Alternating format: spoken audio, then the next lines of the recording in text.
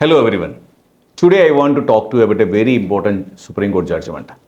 This case affects home buyers, real estate developers and banks and financial institutions. The core question in this case is very simple. Can the insolvency law be used just to recover the money? And what happens to home buyers when a real estate project goes into insolvency? Let's understand this step by step in very simple language. This case is about a real estate project called Takshashila Eligna in Ahmedabad. The developer took the loans of around rupees 70 crores from a finance company. Later, this loan was transferred to Edelweiss Assets Reconstruction Company. Due to delays, mainly after the COVID, the developer could not pay some installments on time. Meanwhile, the project was almost complete. Many flats were already sold. Many buyers have taken possession. Large number of homebuyers had invested their life savings. Still, Edelweiss filed a case under Section 7 under the Insolvency and Bankruptcy Code or IBC, asking the court to start the Corporate Insolvency Resolution Process or CIRP.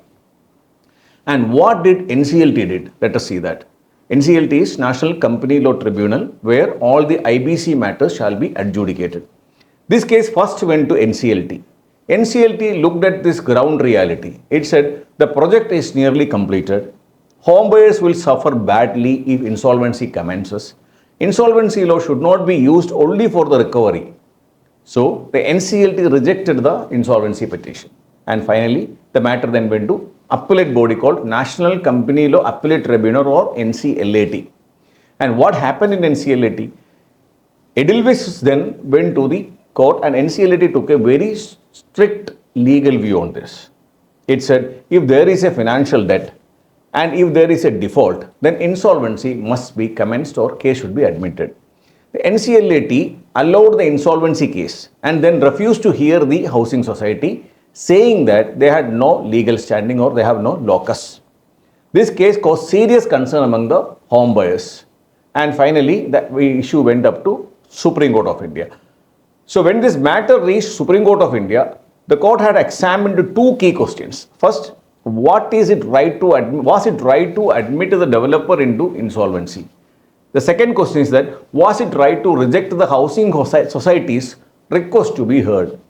These two questions are extremely important for real estate projects across India. And Supreme Court of India clearly said this. Under Section 7 of the Insolvency Code, the test is simple. Only two things matters. Is there a financial debt? Has there been a default? If the answer to both is yes, then insolvency has to be admitted. The court made is very clear.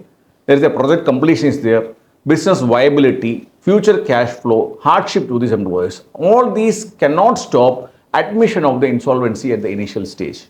The court also clarified that earlier judgments like Vidarbha Industries are exceptions, not the rule. So on this point, the Supreme Court agreed with NCLAT and Supreme Court had given an important warning also. But this judgment does not stop there. Supreme Court said, insolvency law is meant for resolution and not for coercive recovery. If a creditor only wants fast money and has no intention to revive the company, then the insolvency court should not be misused. The court reminded the lenders, if you want pure recovery, you already have laws like SARFAESI and the other forums like DRT. IBC is not a shortcut. This observation is extremely important. Now comes to the most important part for homebuyers. The Supreme Court strongly criticized the NCLAT for rejecting the housing society. The court said the homebuyers are financial creditors under the law. Their rights are directly affected by insolvency. They cannot be treated as outsiders. The court held that the housing society should have been heard.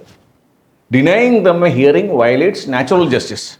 This is a big relief for the home buyers across India. And what this judgment really means.